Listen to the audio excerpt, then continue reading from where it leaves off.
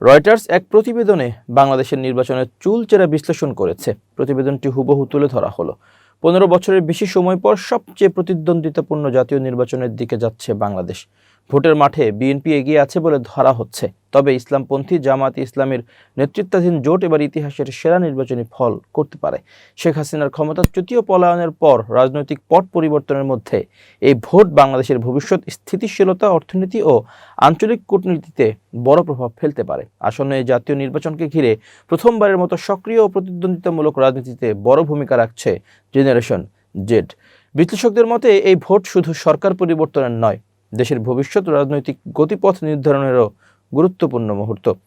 বার্তা সংস্থা রয়টার্স বলছে, দীর্ঘ 1.5 দশকের একচেটিয়া রাজনৈতিক প্রভাবের পর এক নতুন মোড়ে দাঁড়িয়েছে বাংলাদেশ। সাবেক প্রধানমন্ত্রী শেখ হাসিনার শাসন আমলে বছরের পর বছর ধরে নির্বাচনের সময় রাজপথে বিরোধীদের উপস্থিতি ছিল খুবই সীমিত।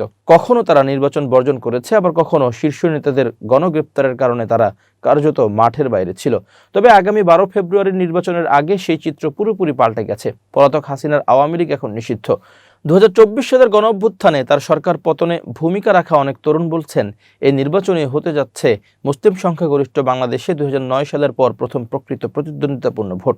যে বছর শেখ হাসিনা টানা 15 বছরের শাসন শুরু করেছিলেন, বাংলাদেশ জাতীয়তাবাদী দল বিএনপি এই নির্বাচনে জয়ী হবে বলে ব্যাপকভাবে ধারণা করা হচ্ছে। তবে জামাত ইসলামের নেতৃত্বাধীন একটি জোট তাদেরকে শক্ত চ্যালেঞ্জ ছুড়ে দিচ্ছে। এর পাশাপাশি 30 বছরের কম বয়সী জেনজি কর্মীদের নেতৃত্বে গড়ে ওঠা একটি নতুন দলও জামাতের সঙ্গে জোট বেঁধেছে।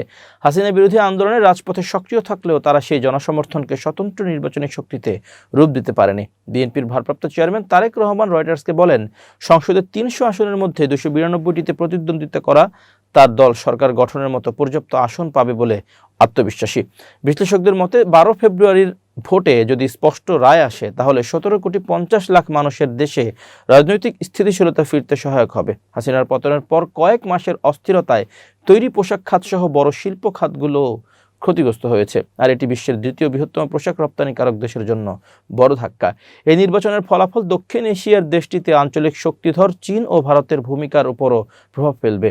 ঢাকার সেন্টার ফর গভর্নেন্স স্টাডিজের নির্বাহী পরিচালক পারভেজ করিম আব্বাসী বলেন, জনমত জরিপে বিএনপি এগিয়ে থাকলেও এখনও ভোটারদের বড় একটা অংশ কোনো সিদ্ধান্ত নেননি। ফলাফলের ক্ষেত্রে এটি গুরুত্বপূর্ণ বিষয়।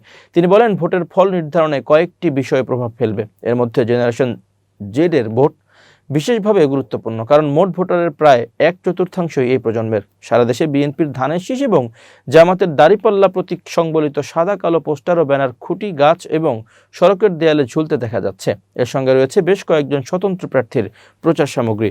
সড়কের মোড়ে মোড়ে দলীয় প্রতীক লাগানো অস্থায়ী কার্যালয় থেকে ভেসে আসছে প্রচারণার গান। আগের নির্বাচনের সঙ্গে এর বড় পার্থক্য হলো, তখন সর্বত্রই আধিপত্য ছিল আওয়ামী লীগের নৌকা প্রতীকের। জনমত জরিপে ধারণা করা হচ্ছে, একসময় নিষিদ্ধ থাকা জামাত এবার তাদের ইতিহাসের সেরা নির্বাচনী ফল করতে পারে, যদিও দলটি এককভাবে সরকার গঠন নাও করতে পারে। দলটি 1971 সালে ভারতের সমর্থনে পাকিস্তান থেকে বাংলাদেশের স্বাধীনতার বিরোধিতা করেছিল। বিশ্লেষকদের মতে এই নির্বাচনের রায় আগামী দিনে বাংলাদেশে ভারত ও চীনের ভূমিকাও নতুনভাবে নির্ধারণ করবে। শেখ হাসিনাকে ভারতের ঘনিষ্ঠ হিসেবে দেখা হতো। ক্ষমতাচ্যুত হওয়ার পর তিনি নয়াদিল্লিতে পালিয়ে যান এবং সেখানেই অবস্থান করছেন। এরপর থেকে বাংলাদেশে বেইজিংয়ের প্রভাব বেড়েছে বলে মনে করা হচ্ছে। ভারতের প্রভাব কমে যাওয়ার প্রেক্ষাপটে বিএনপিকে তুলনামূলক দিল্লির সঙ্গে বেশি সামঞ্জস্যপূর্ণ মনে করেন কিছু বিশ্লেষক। অন্যদিকে জামাত নেতৃত্বাধীন সরকার গঠিত হলে দেশটি পাকিস্তানের দিকে আরও ঝুঁকতে পারে বলে ধারণা তাদের। পাকিস্তান একটি মুসলিম সংখ্যাগরিষ্ঠ দেশ এবং ভারতের দীর্ঘদিনের প্রতিদ্বন্দ্বী। জামাতের জেন জেড মিত্র দলটি বলছে, বাংলাদেশে নয়াদিল্লির আধিপত্য তাদের অন্যতম উদ্বেগ। দলটির নেতারা সম্প্রতি চীনা কূটনীতিকদের সঙ্গে বৈঠক করেছেন। তবে ইসলামী নীতিতে পরিচালিত সমাজের পক্ষে অবস্থান নেয়া জামাত অবশ্য বলেছে, তারা কোনো দেশের প্রতি পক্ষপাতদুষ্ট নয়। বিএনপির তারেক রহমান বলেছেন, তার দল সরকার গঠন করলে যে দেশ বাংলাদেশের জনগণ ও রাষ্ট্রের জন্য উপযোগী প্রস্তাব দেবে, তাদের সঙ্গে বন্ধুত্বপূর্ণ সম্পর্ক রাখা হবে। বিশ্লেষকদের মতে জামাতের প্রতি ভোটারদের আকর্ষণের বড় কারণ তাদের পরিষ্কার ভাবমূর্তি, ধর্মীয় অবস্থান নয়। জরিপে বলা হয়েছে, ভোটাররা নির্বাচনে অংশগ্রহণে আগ্রহী, ধর্মীয় বা প্রতীকী ইস্যুর চেয়ে দুর্নীতি ও অর্থনৈতিক বিষয়কে বেশি গুরুত্ব দিচ্ছেন এবং দায়িত্বশীল, দক্ষ ও জবাবদিহিতামূলক নেতৃত্ব প্রত্যাশা করছেন। সব মিলিয়ে সাবেক প্রধানমন্ত্রী খালেদা জিয়ার ছেলে তারেক রহমানকে পরবর্তী সরকার প্রধান হওয়ার সবচেয়ে সম্ভাব্য প্রার্থী হিসেবে দেখা হচ্ছে। তার দাবি, তবে যদি জামাত নেতৃত্বাধীন জোট এগিয়ে যায়, তাহলে তাদের চেয়ারম্যান ডাক্তার শফিকুর রহমানও প্রধানমন্ত্রী হওয়ার দৌড়ে থাকতে পারেন।